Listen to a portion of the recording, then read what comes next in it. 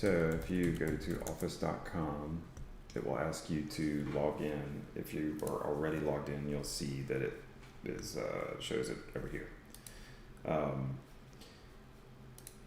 Once you're online, it's pretty easy to find help sections just on this homepage. And if you look at like video training for Excel, you have some basic video training. Another way to get to some help is in the Excel, actually, just on the Excel homepage, the app homepage. So if you're looking at Excel here,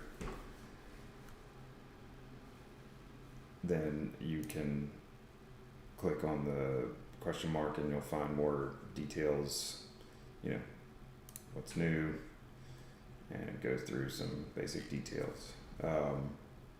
Or you can search for anything that you are looking for specifically, but if you're in a worksheet and let's say you want to find something here like tables. So if I search for tables, it'll bring up that. If I search for filter, brings up the filter button, and if you notice, it's pulling everything that has to do with filters. So like if you don't necessarily know where a certain function is in this area or in this ribbon, then you can search for it. So if you said merge, then it brings up the merge function. So there's a lot of help just through this one search thing in Excel. So I mean, if you were to look up merge and then go, get help on, it does, it also displays it here, and you can kind of go into maybe some other details about what options you have with merge or tables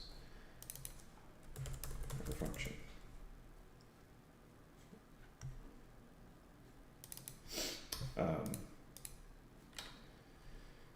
And this works similar in the desktop app. So, or the search function works in the desktop app. So if you go to desktop, there's a search button, does basically the same thing.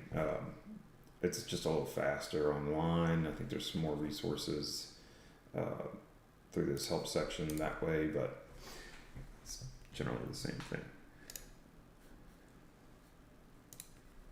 But that's it.